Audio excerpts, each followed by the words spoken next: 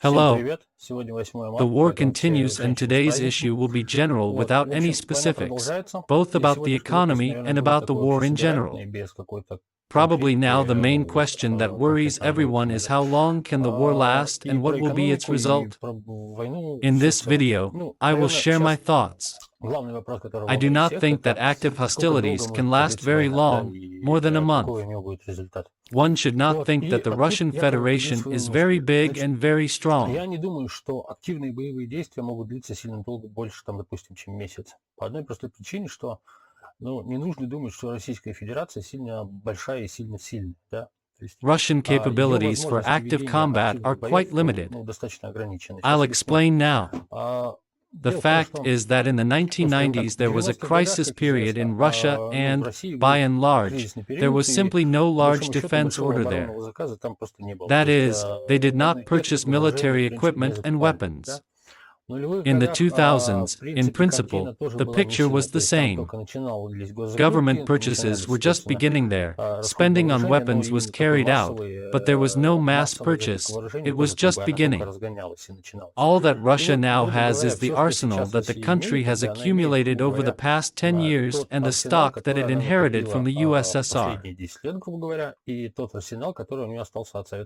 As for the modern arsenal, as far as I understand, this arsenal has already been thrown into battle. If you recall the words of Arestovich, 8 out of 10 armies were sent to the territory of Ukraine. Some of them have already been practically defeated. The second point is the economic component of Russia. Even if Russia mobilizes, the country will be able to gather men, but it will be problematic to arm them. The most important thing is the economy. And here we are not talking about a default, not about problems in the economy, but about the fact that over the past 30 years tens of thousands of enterprises and tens of thousands of factories have closed in Russia. Today the Russian Federation is not a full-fledged industrial country. It is very important.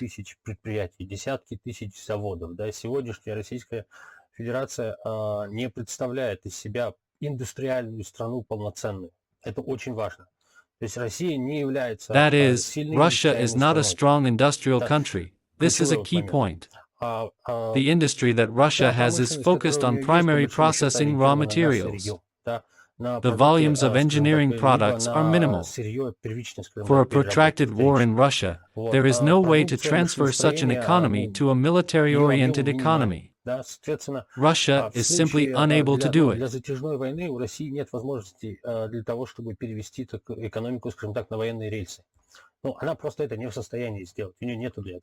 The second point is the sanctions. Sanctions have begun to hit the economy now. They will slow down all processes, stop production. A lot of production will stop because many factories are closely connected with the global economy. The lack of components cannot be compensated. Therefore, there is no need to worry much that Russia will be able to wage a big war and will be able to fight for a long time.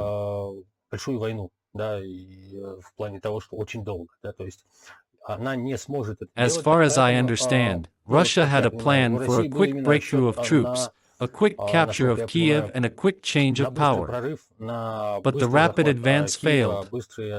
I am in Kiev. I hear how the battles are taking place around Kiev. The cities around Kiev were badly affected, Irpin, Bucha, Gostomel, and other cities throughout Ukraine. Russia has actually been beating its head since the third day of the war and cannot get to Kiev. They are losing strength and entire columns of equipment are also being burned. If we take the Kiev agglomeration, then this is the first settlement from a fairly dense building. Russian troops were already drowning there and the offensive impulse was over.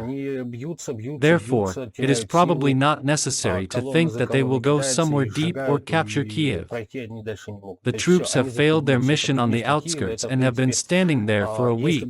They have thrown all their forces there. Населенные пункты с достаточно плотной застройкой, да, то есть и они уже там захлебнулись, они уже там, скажем так, их наступательный порыв закончился.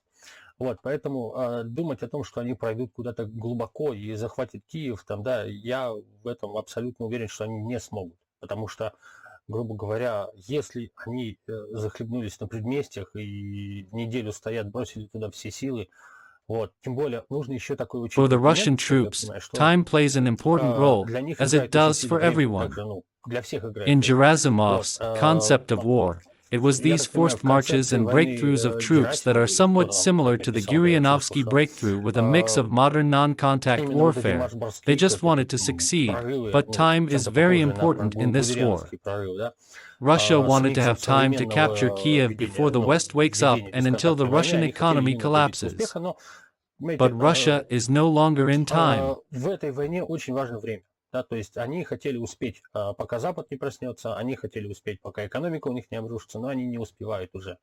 И поэтому, скажем так, я In насколько понимаю, recent в последние days, дни, in то, что those были бои, battles that were, they они threw the last хотели успеть, и combat-ready они reserve on the бросили, city ну, of наверное, Irpin. на Ирпень So последний there were резерв, tough ну, fights. боеспособный, Do they still have да, то есть, reserves? и поэтому там были I тяжелые бои. highly doubt it. Вот, если у Today, них I далее assume that the резервы, Russians have да, exhausted their в offensive этом я momentum очень and сильно offensive сомневаюсь. Да, то resources. есть, Of на course, they сегодняшний will день, к try to 8 carry марта, out я local offensive предполагаю, что operations, but the наступательный global порыв offensive и has ресурсы failed. для наступления у орков закончились. Все, дальше они, конечно, будут пытаться вести локальные наступательные операции, но именно вот это глобальное наступление, оно все, оно выдохлось. Вот.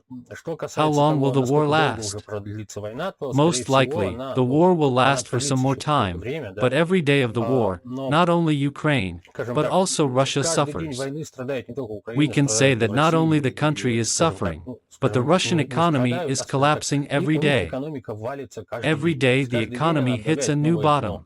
Да, и, Accordingly, соответственно, time время also plays against Russia very strongly. играет тоже, ну, против них, очень сильно играет против них. Поэтому, скажем так, вот эту We have a ситуацию, скажем, situation с with a длительной protracted окопной trench войной, war. да, вот, ну, The самая большая biggest опасность danger это for то, them. что там They они advanced but наступали, они failed. захлебнулись, фронт The front has остановился, они stopped, начали окапываться, и вот but можно they сидеть began вот to теперь dig in, очень and долго и now сидеть в one этой can sit окопной in this войне, trench да, war когда for a very long time. как бы есть война, There is a активные war, действия носят active локальный actions are характер, local in да, nature. и Ukrainians украинцам will have придется to страдать, и suffer, and украинцам Ukrainians will придется have to be находиться near в the состоянии, fighting. ну, возле боевых But действий. this Да, situation ну is вот эта extremely ситуация для России unfavorable for крайне Russia, невыгодна, too, нужно это because you понимать, да, need to потому что их understand that their экономика economy breaks a каждый new bottom день every day. пробивает новое дно. JP Morgan Вот, expects a по default in данным Russia in банка, по-моему, mid-April. JP Morgan, они But I ожидают would say середины that апреля in дефолт fact, России. the Но de facto я default как has already бы taken сказал, что place. на самом деле де-факто дефолт Default is России when уже, по one party, сути, which is the debtor, состоялся. Да, то fails есть to meet its что такое дефолт? obligations. Дефолт это когда одна JP сторона не Morgan может, predicts that in ну, должник mid-April, не может around выплатить свои April обязательства. 15th, Вот JP Russia Morgan will считает, have to что make a в payment on середине foreign апреля, exchange там, 15 obligations, числа but the России country will предстоит not be able выплатить to do this.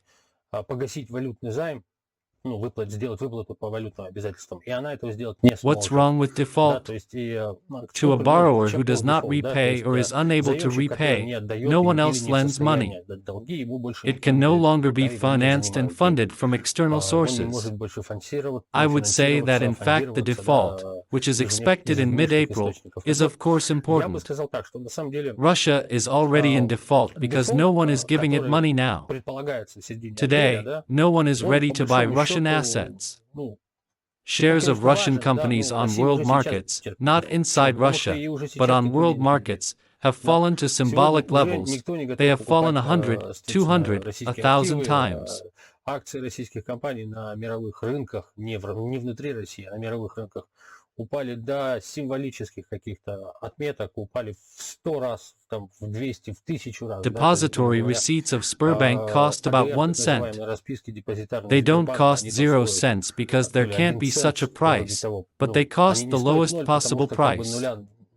Everything collapsed there. What does that mean? No one gives money to Russia anymore. Money is only withdrawn from there. Money goes only in one direction, to the exit. As far as trade is concerned, most companies are leaving Russia. And this list is probably not over yet. This list could probably go on and on and on. Перечитывать список тех компаний, которые выходят из России, наверное, это нужно просто перечислять, да, это нет никакого смысла, но a huge number of global brands are leaving Russia. мировых брендов, они выходят Factories из are России. closing. Заводы закрывают. All assembly Все plants are производственные closed. предприятия закрывают. there are more and more unemployed. The army of the unemployed is replenished daily. Under these conditions, I repeat once again, Russia will not be able to wage a long, protracted, large-scale war. And this is a very good factor for Ukraine. Accordingly, Ukraine completed the most important task. It survived the first week of fighting, the first 10 days of fighting. And this is the most important thing, because further time plays only in favor of Ukraine. The enemy has no resources, they run out. At the same time, resources are replenished in Ukraine, if we are talking about military resources. Yes, there are humanitarian issues, there are difficulties, as people are dying. This is all clear. But militarily, Ukraine is getting stronger every day. These are both volunteers and arms supplies. Even if these are small parties, there are deliveries. Under these conditions, naturally, the scales tend to shift towards Ukraine, and this will increase every day. As for the financial condition of Ukraine, at the moment I rate it as good.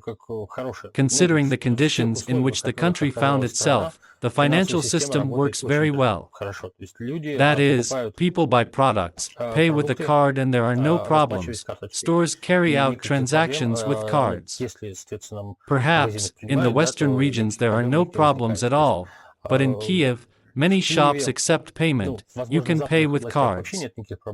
As for the hostilities themselves, I will say my opinion, as a person who once read the Foreign Military Review magazine of 1982 to 1989, borrowed magazines from my father. My father subscribed to these magazines during that period. I used to love reading this in school. So, the first phase of the operation in a lightning war involves massive missile and bomb strikes. First of all, missile strikes, which were supposed to bring out air defense systems. Completely suppress them, preferably. After that, a huge number of planes take off. If we recall the operations in Iraq, then the Allied coalition made 3,000 to 5,000 sorties a day there and, one might say, simply buried the Iraqi army in the ground. Because Iraqi air defense was completely suppressed. After that, the ground forces of the multinational forces began to strike at the already bombed Iraqi units. What is happening in Ukraine today is very different from what happened in Iraq. Very much. The first stage is missile strikes. Russia failed to achieve its goal. Russia was unable to completely suppress the air defense system of Ukraine. And that is why Russia was not able to deploy the second phase of the operation, when the planes take off and bomb everything. Today Russia is bombing, but keep in mind, Russian planes fly at low altitude, and they need low altitude so that they are not detected by the air defense system and, accordingly, they cannot operate freely from high altitude, where they can achieve greater efficiency. They should fly low along the ground and, of course, bypass Ukrainian radars, Ukrainian air defense systems and deliver bombing strikes. That is, Ukrainian air defense is alive. Being in such a situation, they were unable to complete the second phase, that is, to bomb the Ukrainian army, and after that, without completing either the first or second phase, they rushed into battle. And they rushed into battle to advance in columns.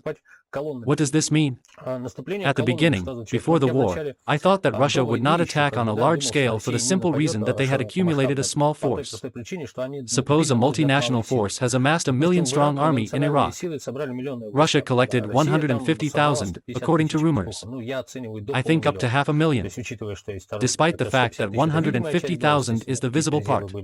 Naturally, there were some reserves, plus then another reserve that was used. It's no more than 500,000, in my opinion. In general, the land army went forward. The army went in columns, but how did it go in columns? If a million-strong army went to Ukraine, then they could afford to go to the front. What it is? This is when the shock fist breaks through, goes further. Then comes the second tier. It occupies all settlements. He exercises control over them. The Russians went differently. They went in a column.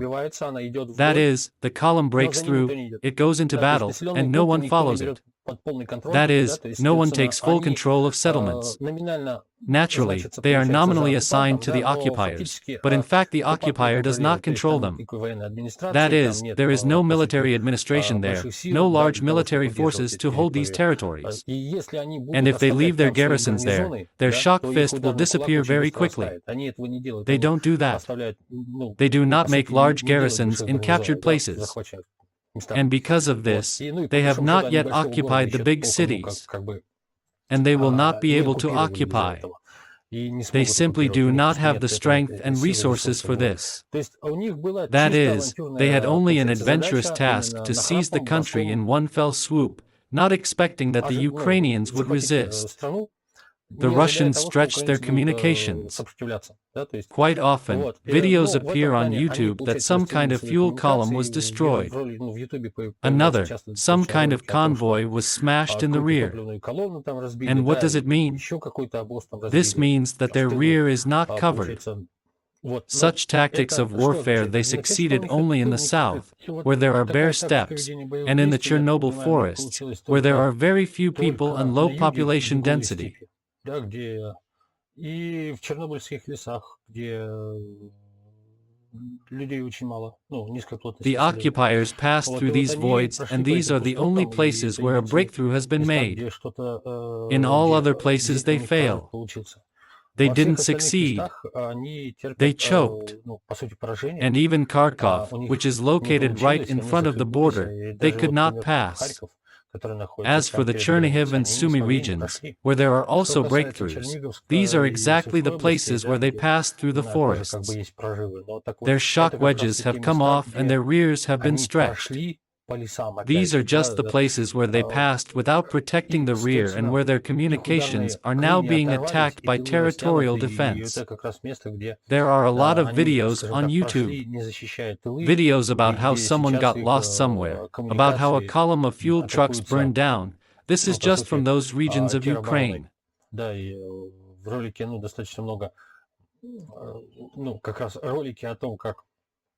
Кто-то где-то заблудился о том, как колонна бензовозов сгорела, или это как раз примерно все оттуда, то есть, They have a rather peculiar tactics of warfare, some kind of frenzied psychosis, not caring about communications or rear areas. This is their weakness. This is their boast. This is their confidence. And this is good for Ukraine. That is, speaking of their weakness. Because it was an all-in game on their part. In this all-in game, they start, but they lose. Because they didn't reach their goal. They did not break through, but they are trying with all their might to act. I think that their offensive impulse is over and their reserves are running out. Therefore, everything will be fine with Ukraine. We need to be patient a little more. Then there will be peace. Then there will be development. Then Ukraine will begin to actively make reforms. Ukraine will have money. Ukraine will have everything and Ukraine will have a future. But as for Russia, Russia probably has no future. Glory to Ukraine. А вот что касается России, то, наверное, у России уже будущего нет. Слава Украине.